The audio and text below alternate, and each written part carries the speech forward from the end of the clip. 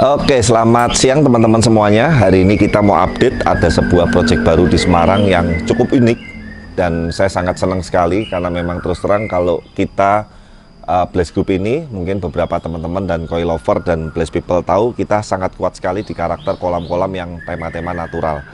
Ya, meskipun minimalis juga kita banyak kerjain. Nah, teman-teman lihat lokasi ini punya nilai art atau punya nilai estetik yang sudah keren sekali teman-teman. Jadi ini oriental ala-ala China ya, seperti di gerbang-gerbang yang di China, teman-teman bisa lihat secara konsep gerbangnya, ada patung singa dan segala macam. Tapi memang sebelumnya taman dan lokasi yang di dalam ini hanya dikemas untuk tanaman-tanaman bonsai, untuk naruh-naruh seperti ada artefak candi dan lain-lain. Nanti tolong foto videonya awalnya tolong ditampilkan. Nah, waktu saya dipanggil beliau ke sini, kita diskusi, intinya kepengen ada kolam koi, tapi kolam koinya supaya gimana nggak nabrak dengan estetika dan desain yang ada. Itulah salah satu kelebihan atau keunggulan Blaze, kita bisa memberikan sebuah ide konsep desain-desain yang mungkin out of the box, yang agak unik dibandingin mungkin beberapa teman-teman pole builder yang lain. Sekali lagi, ini hanya menjadi salah satu karakter atau nilai plus dari kita, dan saya yakin setiap pole builder pasti punya kelebihan dan punya karakter atau ciri-ciri masing-masing. Nah, kita langsung masuk dulu, tolong ditampilin ya foto video sebelumnya. Yuk kita masuk ke gerbangnya Pak. Ini pintu ini nih saya yakin usianya udah ratusan tahun juga nih, jati ya, tuh teman-teman lihat ya. Jadi tadinya bonsai-bonsai ini ditata di sini dengan ada bangku-bangku dari beton dan lain-lain. Foto video awalnya mungkin nggak usah dibuat sinematik khusus, tapi tolong ditampilin supaya teman-teman ngerti bahwa awalnya seperti ini yang tidak tertata secara maksimal.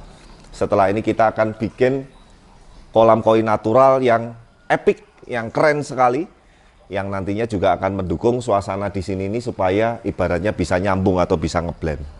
Nah, di awal itu kita lakukan marking. Marking awal ini intinya kolam, filter kita tentuin bentuknya mau seperti apa, posisi filter di mana, posisi kolam seperti apa, posisi air terjun di mana. Itu sangat penting sekali teman-teman. Terkadang saya masih melihat di luaran sana ada beberapa yang membuat kolam, ya entah itu karena memang dari customernya atau dari pond buildernya ya. Secara penataan letak kolam, letak filter, mungkin kalau tema natural letak air terjun itu tidak dipikirkan dan diperhitungkan secara matang.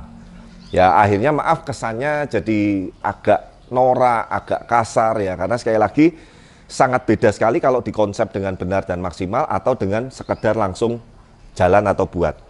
Nah, yang area kuning ini nanti area filter, Val. Kamu bisa lebih dekat ke sini, jangan yang panas nanti kameranya nggak kuat. Kamu di sini aja nih yang adem. Kamu shootnya ke areanya. Nah, itu area filter.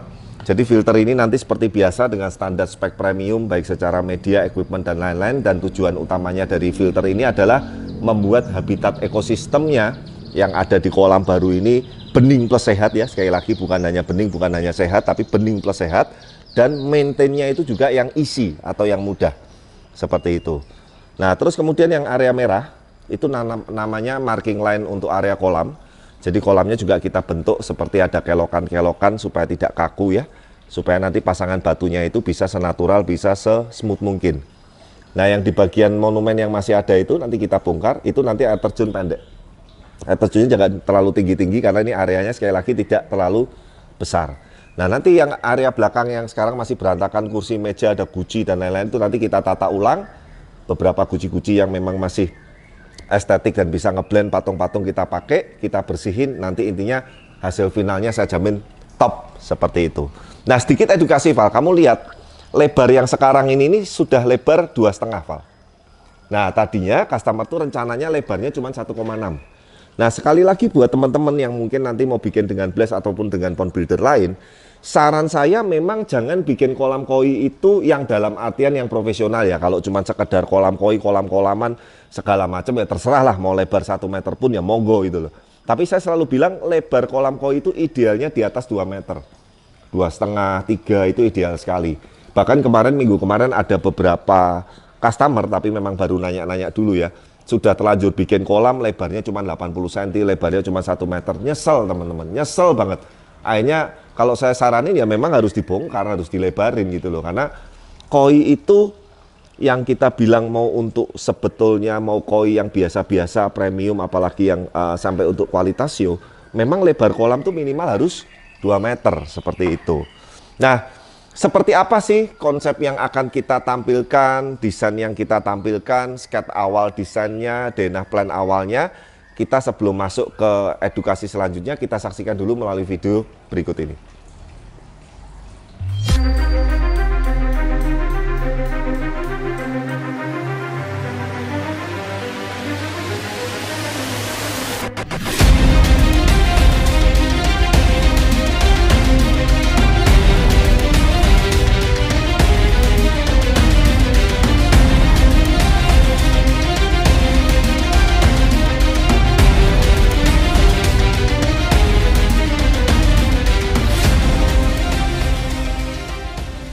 Oke ya teman-teman, jadi setelah markingnya beres secara filter, kolam untuk letak air terjun, nanti akan segera kita lakukan penggalian. Nah, penggalian ini pun juga kalau untuk kolam natural pasti lebih kompleks, lebih sulit daripada kolam minimalis yang cuman lurus-lurus, kotak-kotak, gampang itu teman-teman. Galinya gampang, markingnya lebih gampang, pemipaannya lebih gampang, bikin konstruksinya lebih gampang, finishnya lebih gampang. Makanya Blast itu punya press list, kalau teman-teman yang kepengen tanya dan lain-lain, kita langsung sudah bisa buatkan press listnya. Jadi untuk estimasi RAB dan segala macam ini tergantung dimensi dan besarnya, itu teman-teman bisa langsung tahu, oh kira-kira habisnya sekian. Pasti yang kolam tema-tema natural itu secara spek per meter kubiknya atau harganya, itu pasti lebih mahal daripada kolam minimalis, seperti itu. Nah nanti tim Anam, mungkin besok ya Mas ya, udah bisa mulai langsung gali ya. Besok Anam dan tim juga akan eksekusi langsung untuk penggalian. Dan sekali lagi teman-teman, nanti progres per progresnya kita pasti akan update di vlog berikutnya. Yang penting edukasinya hari ini adalah bikin kolam natural, sesuaikan dengan lokasi, sesuaikan dengan tema yang ada. Jangan sampai nabrak dengan lokasi atau tema yang sudah ada di rumah ini. Yang kedua, lebar minimal adalah 2 meter sampai 2,5 meter. Yang ketiga, bentuknya jangan kaku, harus elastis, harus apa ya, ibaratnya luas supaya pasangan batunya dan segala macamnya ini bisa maksimal. Dan yang keempat, setelah kolam dan filter baru ini jadi, finishing di sekitarnya termasuk tembok ini saya udah saranin, desainin juga, kemudian penataan bonsai, penataan tanaman, itu pasti harus ditata dengan secara maksimal dan mengikuti kolam dan filter yang nantinya akan baru jadi, seperti itu.